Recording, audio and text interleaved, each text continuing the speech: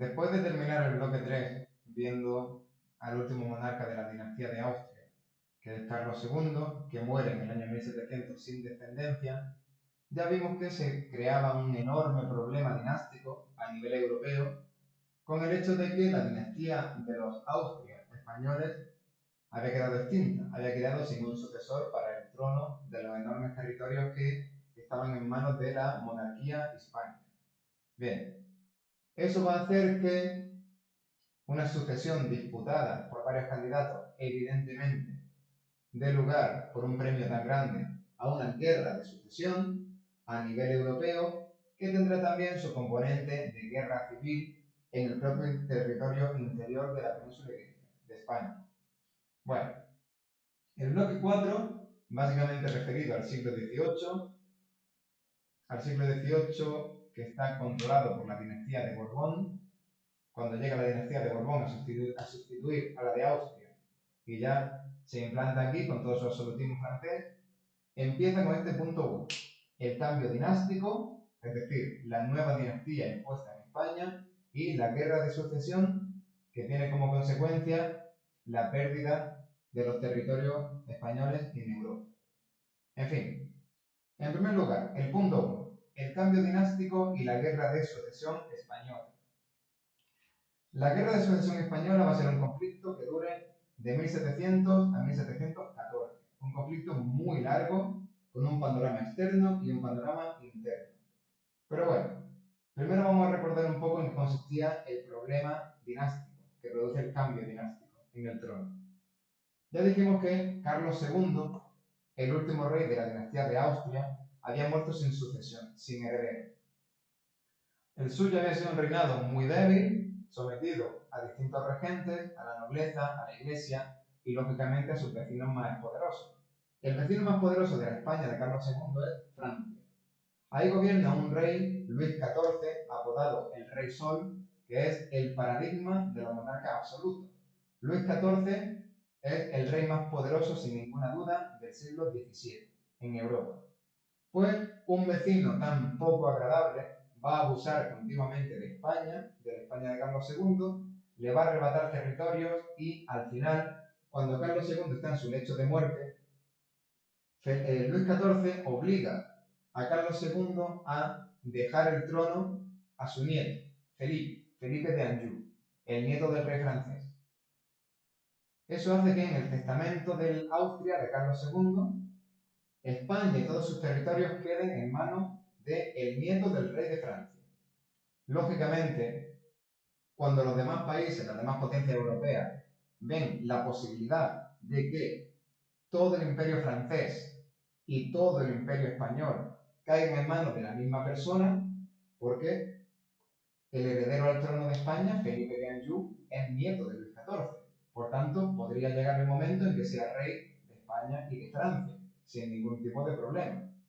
Pues bien, cuando los demás países y los demás candidatos al trono español, que hay varios, se dan cuenta de la enorme amenaza que supone la unión del trono francés y del trono español bajo la Casa de Borbón, evidentemente van a iniciar un conflicto armado, el que será la guerra de sucesión.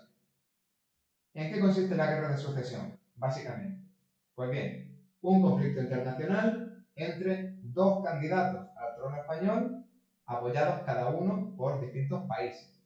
Básicamente, los candidatos son el que conocemos, Felipe de Anjou, nieto del rey de Francia, el cual está apoyado por Francia, los territorios españoles en Italia y Milán y el Reino de Castilla.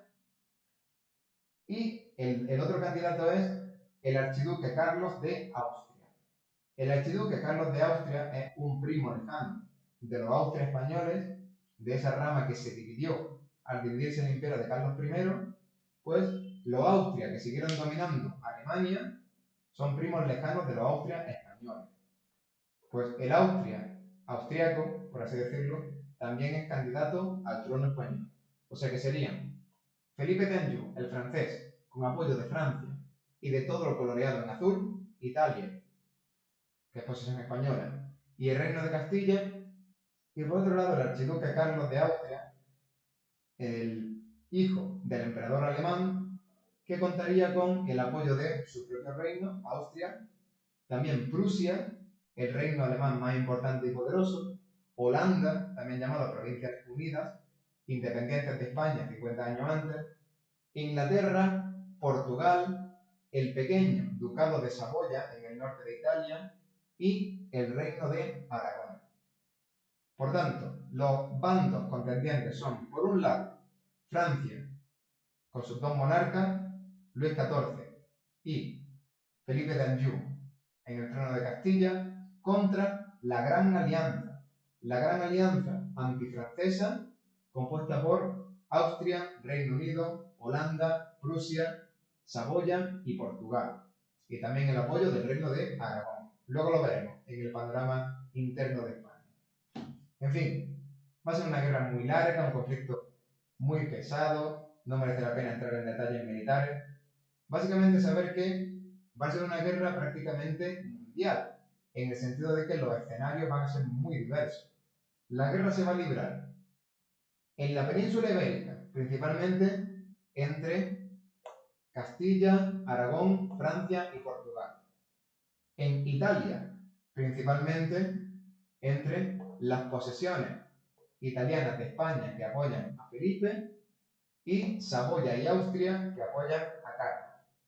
También en Flandes, entre, por un lado, Francia y la Bélgica española contra Holanda e Inglaterra. Y otro frente de combate será América, lógicamente.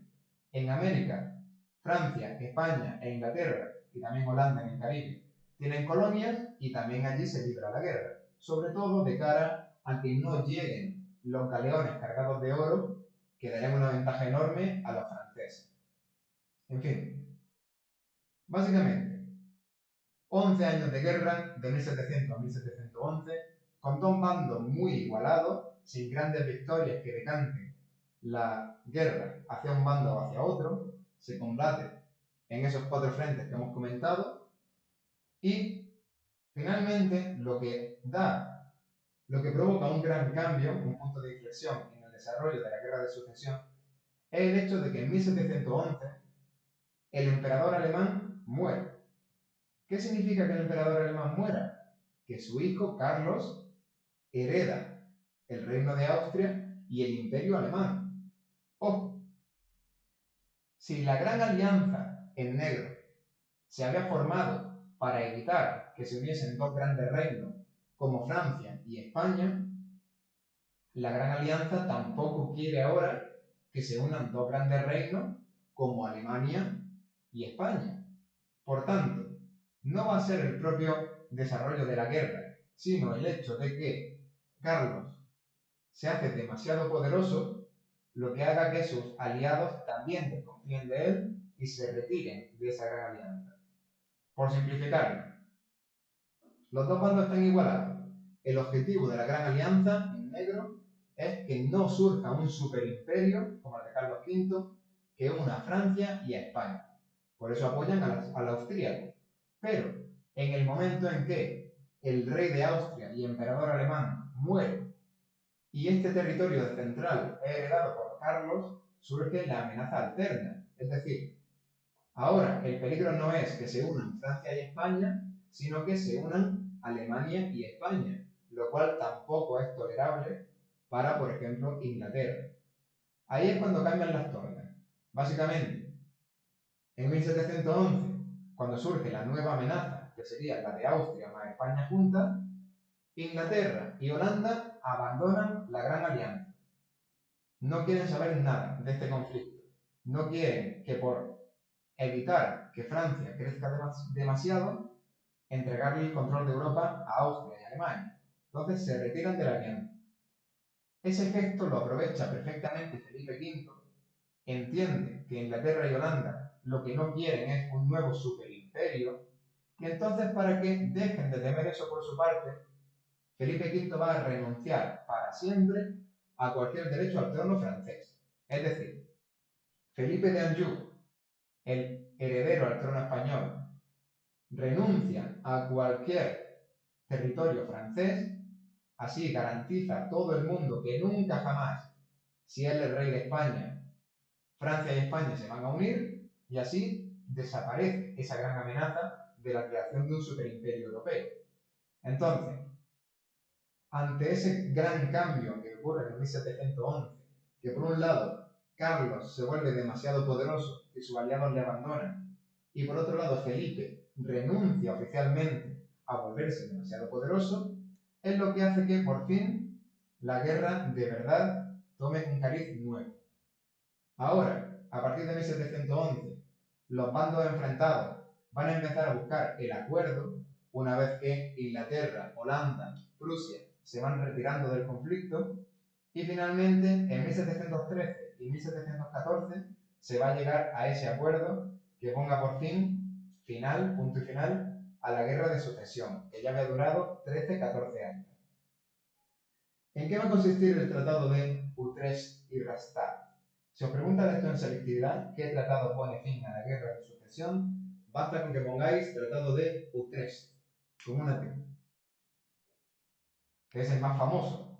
Pero los tratados son Tratados de Utrecht y Rastatt. Se firman en varias ciudades distintas de Holanda. ¿Qué se firma en esa guerra de sucesión, en ese tratado que pone fin a la guerra de sucesión? Pues básicamente es un acuerdo que dé cierto reparto del antiguo imperio español tanto a Francia, al francés, como al austríaco, para que las dos partes queden contentas, y quien va a actuar de árbitro entre los dos bandos va a ser Inglaterra. Por tanto, también para Inglaterra habrá beneficios asociados a esta paz de Utrecht. Básicamente, por ver rápidamente la paz de Utrecht y Rastatt.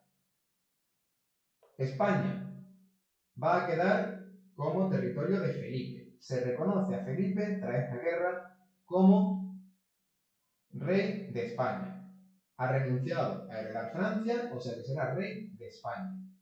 Pero, a cambio de ser rey de España, España pierde Flandes, es decir, Bélgica, y también pierde Italia. ¿Vale? ¿En manos de quién queda, por ejemplo, Italia? En manos del austríaco. Un tratado que favorece a los dos, en cierto sentido. Felipe consigue España como monarca indiscutido, pero a cambio tiene que entregar Italia al austríaco. ¿Vale? Eso es lo primero, en cuanto a territorio. Las últimas posesiones de España en Europa, por tanto, más allá de los Pirineos, que eran Bélgica y Italia, quedan perdidas para siempre, podríamos decir. Quedan en manos de Austria. Bien, eso en cuanto al equilibrio territorial. El Borbón consigue una cosa, el Austria consigue otra. ¿Qué consigue Inglaterra? Que es sin duda el gran beneficiado por el Tratado de Utrecht. Va a conseguir primero puertos importantísimos para el control del Mediterráneo, que era el único mar cuyo control escapaba a Inglaterra porque no tenía costas. Pues ahora se las va a tener. Dos puertos clave, Gibraltar y Menorca. Son dos puertos clave que Inglaterra consigue en el Mediterráneo occidental y en el acceso para poder con su flota controlar todo el comercio que ocurra en el Mediterráneo y entre este mar y el Atlántico. O sea, una pequeña conquista territorial que supone un enorme beneficio económico. ¿Qué más consigue Inglaterra también, sobre todo en cuanto a derechos económicos? Consigue el navío de permiso. ¿Qué es el navío de permiso? Básicamente es una excepción al monopolio comercial que España mantiene con sus colonias. Navío de permiso significa que una vez al año Inglaterra tiene derecho, a hacerlo de forma legal, sin que sea contrabando, a organizar una flota comercial y enviar todos esos recursos a comerciar con la América española, donde hay muchísima población, hay oro disponible y hay demanda de productos manufacturados de Inglaterra. El navío de permiso es eso, derecho legal a ir con una flota de comercio a las colonias españolas. Y lo último que consigue es el asiento de negros.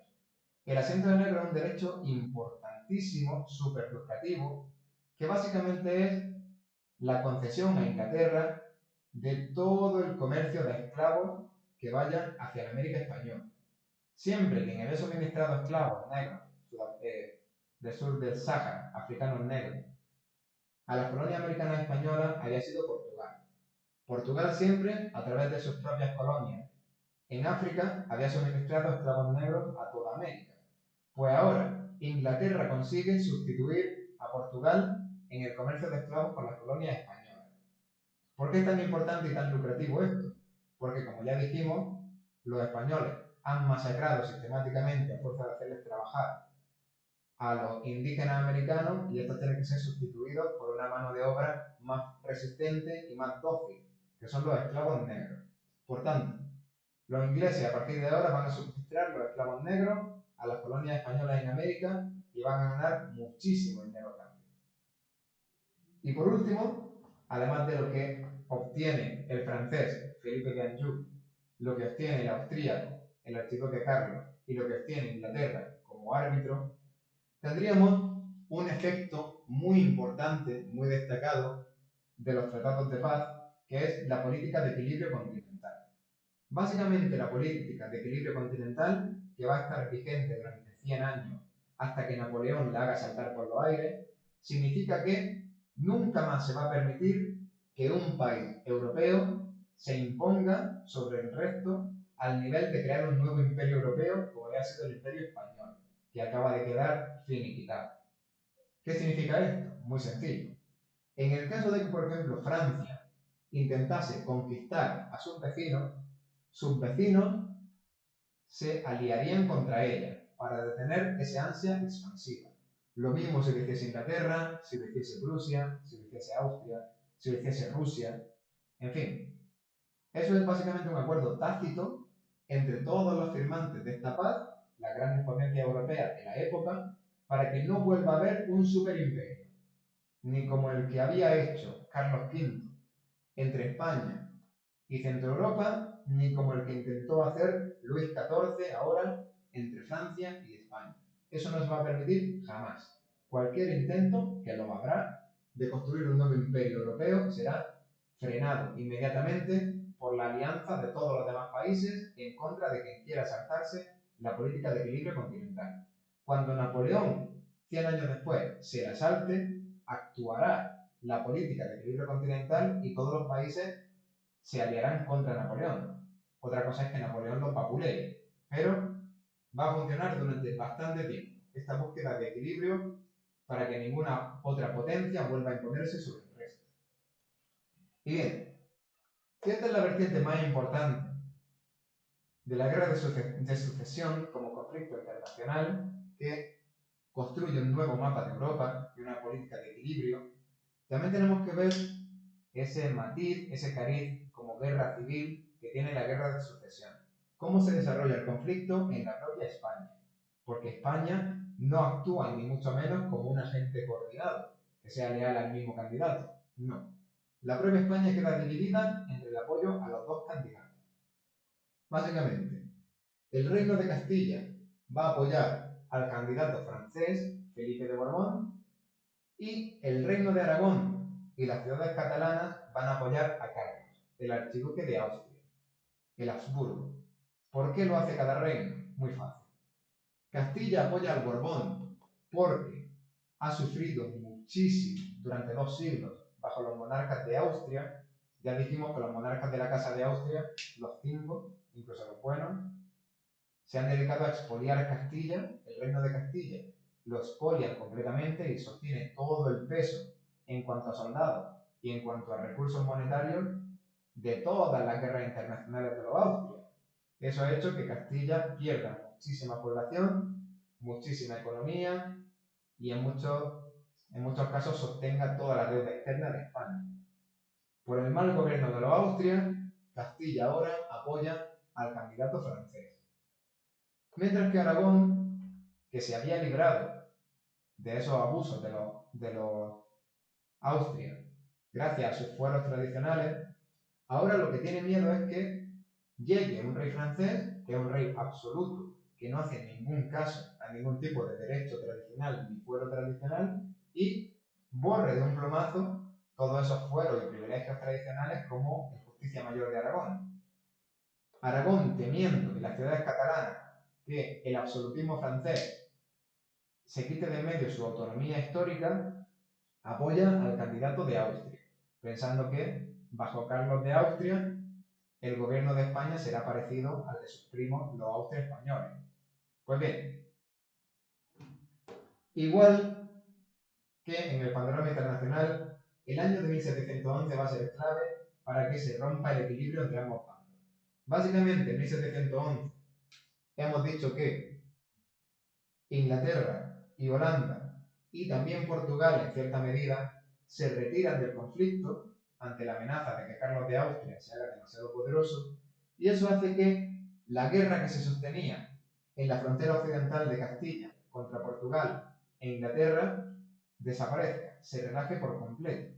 Eso va a permitir que los esfuerzos de Felipe de Anjou desde Castilla y los de su abuelo Luis XIV desde Francia hagan la pinza sobre el reino de Aragón y lo conquisten ya con bastante facilidad una vez los ejércitos ingleses abandonan Portugal y el frente occidental. En 1711, en el propio año 1711, será conquistado Aragón y las Baleares y Cataluña aguantarán algo más, aguantarán hasta 1713 y 1714.